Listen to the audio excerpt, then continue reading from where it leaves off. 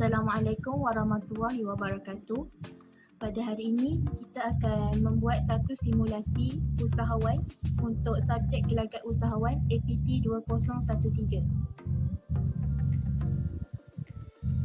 Kumpulan ini terdiri daripada Muhammad Aidil Akil, Nur Hazikah, Nur Ilza Farahida, Nur Mariana Aida dan saya Nofara Anissa. Pensyarah kami ialah Dr. Syah Iskandar Fahmi bin Ramli. Untuk simulasi ini, terdapat dua jenis permainan, iaitu permainan pertama yang diberi nama roda kepimpinan dan permainan kedua yang diberi nama warna kepimpinan. Untuk permainan pertama iaitu roda kepimpinan, syarat-syarat permainan yang pertama ialah permainan ini akan dimainkan secara individu. Yang kedua, penentuan giliran pemain akan ditentukan menggunakan roda berputar. Yang ketiga, terdapat beberapa soalan berkaitan topik 5 dalam subjek gelagat usahawan dan pemilihan soalan akan dipilih dengan menggunakan roda berputar.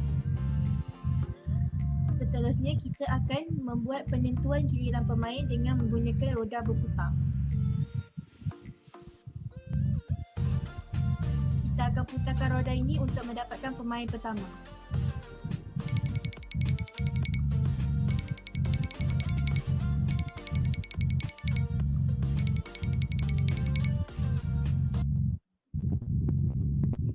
Pemain pertama ialah Hazikah.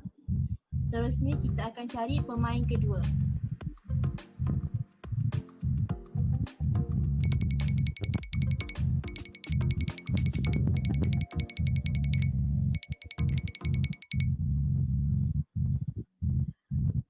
Pemain kedua ialah Aida.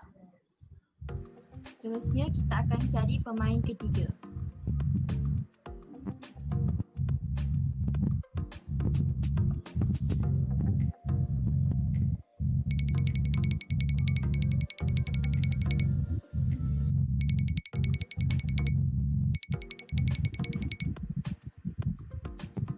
Pemain ketiga Ilda dan pemain keempat Aidil. Seterusnya kita akan membuat pilihan soalan menggunakan roda berputar. Untuk pemain pertama,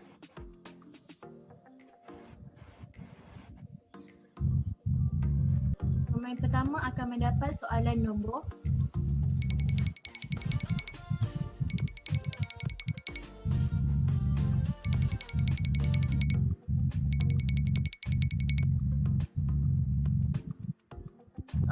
nombor 4. Mari kita pergi kepada soalan nombor 4. Soalan nombor 4, soalannya ialah which of the following are the elements entrepreneurial leadership? Number 1, take initiative. Number 2, demonstrate entrepreneurial creativity. Number 3, take risk. Number 4, take responsibility. A 1, B 1 dan 2, C 1, 2 dan 3, D 1, 2, 3 dan 4. Dan jawapan dia D 1, 2, 3 dan 4. Jadi kita lihat jawapannya.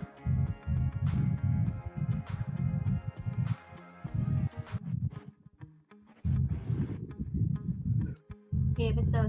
Jawapannya jawapan soalan untuk nombor 4, jawapannya ialah D. Seterusnya pemain kedua.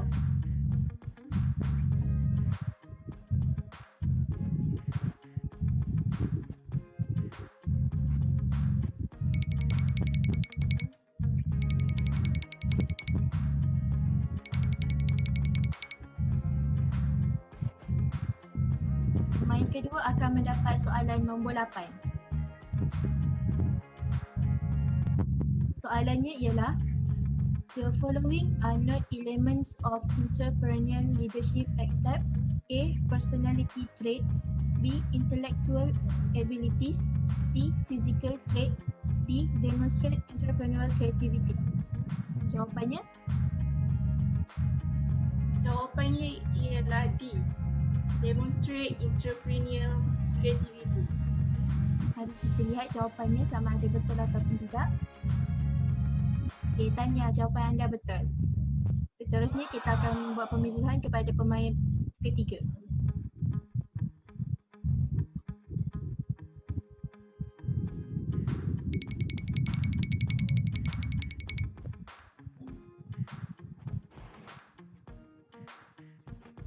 Pemain ketiga mendapat soalan nombor 2. Mari kita lihat. Soalan nombor 2. Age, height, weight and physical attractiveness. Each of the above statement refers to which characteristic of a successful leader? A. Personality traits. B. Physical traits. C. Autocratic. D. Konsultatif. Jawapannya? Jawapannya ialah B. Boleh ulang lagi sekali jawapannya apa? Jawapannya ialah B. Okay. Mari kita lihat jawapannya. Okey, Tanya, jawapan anda betul. Untuk pemain keempat, kita akan mendapat soalan.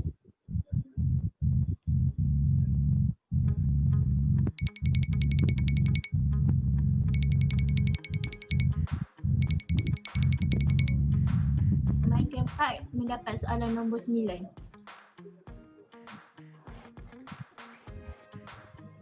Soalan nombor 9 ialah what and act as if they are playing a critical role in the organization rather than a mostly important one and energize their people.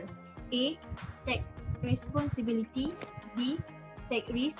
C. Demonstrate entrepreneurial creativity. D. Take initiative. Jawapannya? Jawapan dia D. Take initiative. Mari kita lihat jawapannya sama ada betul ataupun tidak.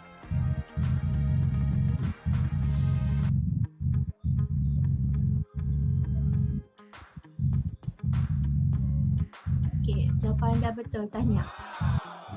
Seterusnya, kita akan pergi kepada game kedua iaitu warna-warni kepimpinan. Syarat-syarat bagi permainan ini, yang pertama, permainan ini akan dimainkan secara individu. Pemain perlu memilih di antara 4 warna iaitu biru, merah, putih atau yang ketiga, selepas memilih, pemain akan diberikan satu pautan. Yang keempat, pemain akan diberikan masa selama 5 minit untuk menjawab 10 soalan dari pautan yang diberikan. Selepas 5 minit, semua pemain diminta untuk menyatakan keputusan yang diperoleh. Setelah itu, fasilitator akan menerangkan maksud warna yang dipilih oleh pemain dan keputusan yang diperoleh daripada pautan tadi.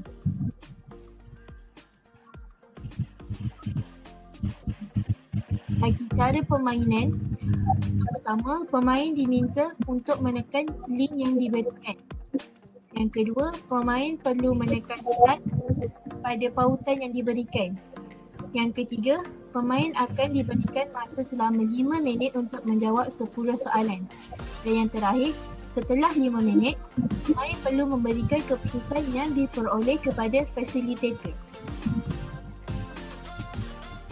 Sebelum saya memberikan link untuk menjawab soalan, pemain-pemain diminta untuk memilih warna yang ada di skrin. Biru, merah, putih ataupun oranye. Pemain pertama Hasika memilih warna? Saya memilih biru. Pemain kedua Aida memilih warna? Saya memilih warna merah. Pemain ketiga Irda memilih warna? Saya memilih warna oranye. Dan pemain terakhir Aidil memilih warna? Saya nak warna biru. Okey. Lepas ini saya akan memberikan satu link untuk pemain menjawab soalan di dalam link tersebut. Masa diberikan adalah 5 minit. Para pemain diminta untuk menekan link tersebut.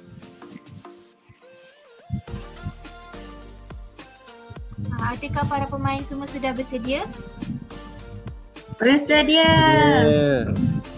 Kita akan mulakan daripada sekarang.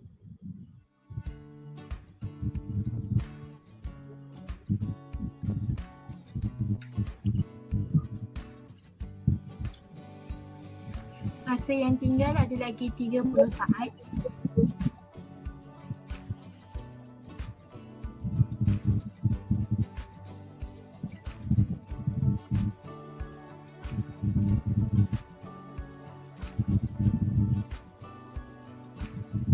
Sepuluh, 9,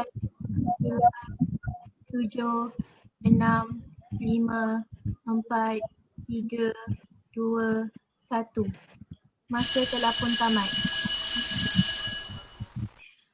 Seterusnya saya ingin meminta setiap pemain untuk memberikan jawapan yang diperolehi daripada soalan sebentar tadi.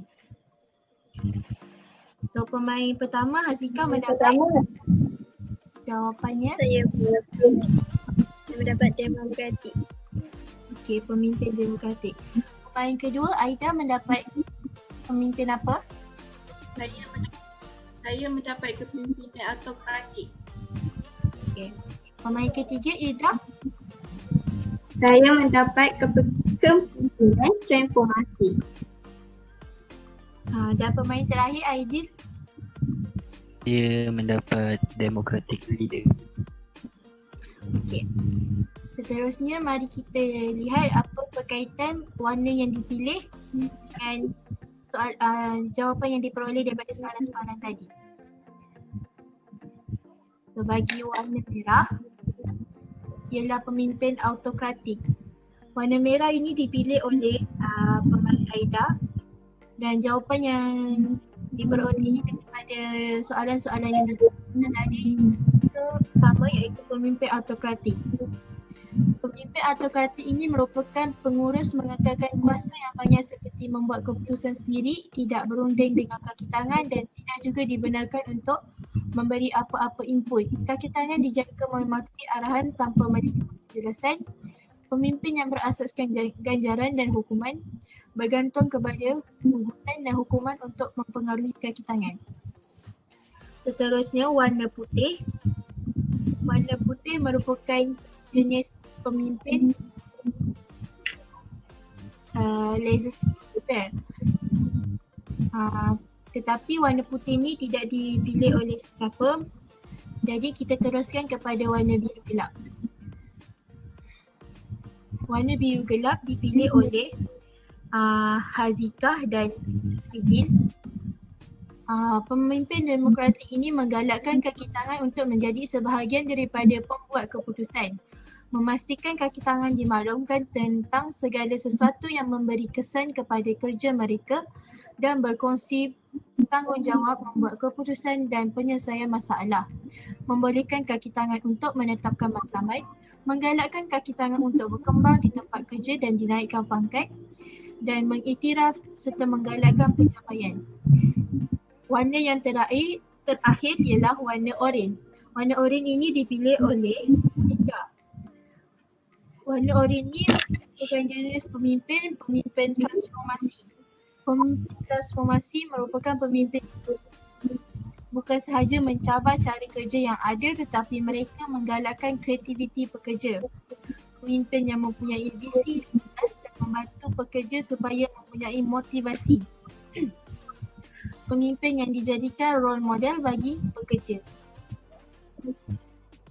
Ini merupakan perkaitan antara warna dengan jenis pemimpin yang diperolehi oleh setiap pemain. Seterusnya, kita teruskan kepada objektif yang diperolehi daripada permainan ini. Yang pertama, setiap pemain dapat memahami konsep dan definisi kepimpinan serta dapat mengetahui kemahiran dan kepribadian diri masing-masing. Selain itu, setiap pemain dapat memahami ciri-ciri kepimpinan dan dapat mengetahui cara mengaplikasikan gaya kepimpinan. Yang ketiga, pemain dapat mengetahui dan memahami dengan lebih jelas mengenai jenis-jenis pemimpin. Yang keempat, Setiap pemain dapat mengetahui jenis pemimpin melalui kriteria yang telah dinyatakan. Dan yang terakhir, pemain dapat mengetahui mereka merupakan jenis pemimpin yang bagaimana selepas menjawab soalan di dalam pautan yang diberikan. Itu sahaja simulasi usahawan daripada kumpulan kami. Sekian, terima kasih. Terima kasih. Terima kasih.